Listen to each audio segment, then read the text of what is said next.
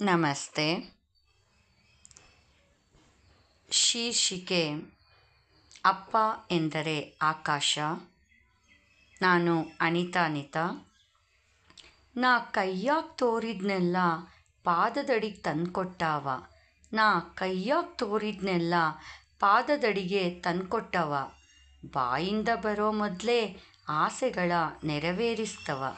ಬಾಯಿಂದ ಬರೋ ಮೊದಲೇ ಆಸೆಗಳ ನೆರವೇರಿಸ್ತವ. ನಾವೆಲ್ಲರೂ ನಿನ್ನ ರೊಕ್ಕ ನೋಡಿದ್ರೆ ನೀ ಮಾತ್ರ ನಮ್ಮ ಹೊಟ್ಟೆ ನೋಡ್ದಿ. ಅದು ತುಂಬಿಸೋ ಸಲುವಾಗಿ ದುಡ್ದು. ಎಲ್ಲಾರ್ಗೂ ನಿನ್ನ ರೊಕ್ಕ ಮಾತ್ರ ಬೇಕು. ನೀ ಮಾತ್ರ ಬ್ಯಾಡಾದಿ. ನೀ ವಿಮಾನದಾಗ ಹಾರ್ಬೇಕಂದಿ, ಆದ್ರ ನನಗ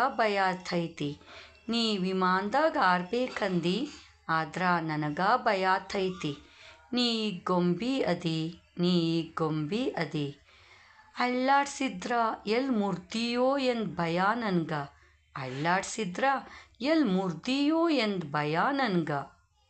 ನಿನ್ನಾಸೆ ಒಂದೂ ಈಡೇರ್ಸ್ಲಿಲ್ಲ. ಅಸಲ್ಗೆ ನಿನ್ ಮನದಾಸೆ ಏನಂತ ಕೂಡ ತಿಳಿಲಿಲ್ಲ. ನೋಡ ಎಂಥ ನೀಚ್ ಮಕ್ಳದೀವಿ. ಕ್ಷಮೆ ಕೂಡ ಸಣ್ಣದಾತು. ಕೇಳಾಕ ನಾಚ್ಕಾಯ್ತದೆ. ಸಾಧ್ಯಾದ್ರೆ ಕ್ಷಮಿಸ್ಬಿಡು. ಗೆಳೆಯರೇ, ಜೀವನದಲ್ಲಿ ಅಪ್ಪ ಇದ್ದಾಗ ನಮ್ಗೆ ಅವ್ರ ಬೆಲೆನೇ ಗೊತ್ತಾಗಲ್ಲ. ಅದೇ ಅಪ್ಪ ನಿಧನರಾದಾಗ ಅವರ ಒಂದು ಆಬ್ಸೆನ್ಸ್ ಇದೆಯಲ್ಲ, ನಮ್ಮನ್ನು ಬಹಳವಾಗಿ ಕಾಡೋಕ್ಕೆ ಶುರುವಾಗುತ್ತೆ. ಅವ್ರು ಇದ್ದಿದ್ರೆ ಅದು ಮಾಡಬೇಕಿತ್ತು ಅಂದ್ಕೊತೀವಿ. ಅದೇ ಅವ್ರು ಬದುಕಿದ್ದಾಗಲೇ ಅದನ್ನೆಲ್ಲ ಮಾಡಿ ಅವ್ರಿಗೆ ಋಣನ ತೀರ್ಸೋಣ ಅಂತ ಮಾತ್ರ ನಾವು ಯಾರೂ ಅಂದ್ಕೊಳ್ಳಲ್ಲ. ನೀವೇನಂತೀರ ಸ್ನೇಹಿತರೆ? ನಾನು ಅನಿತಾ. ನಮಸ್ತೆ.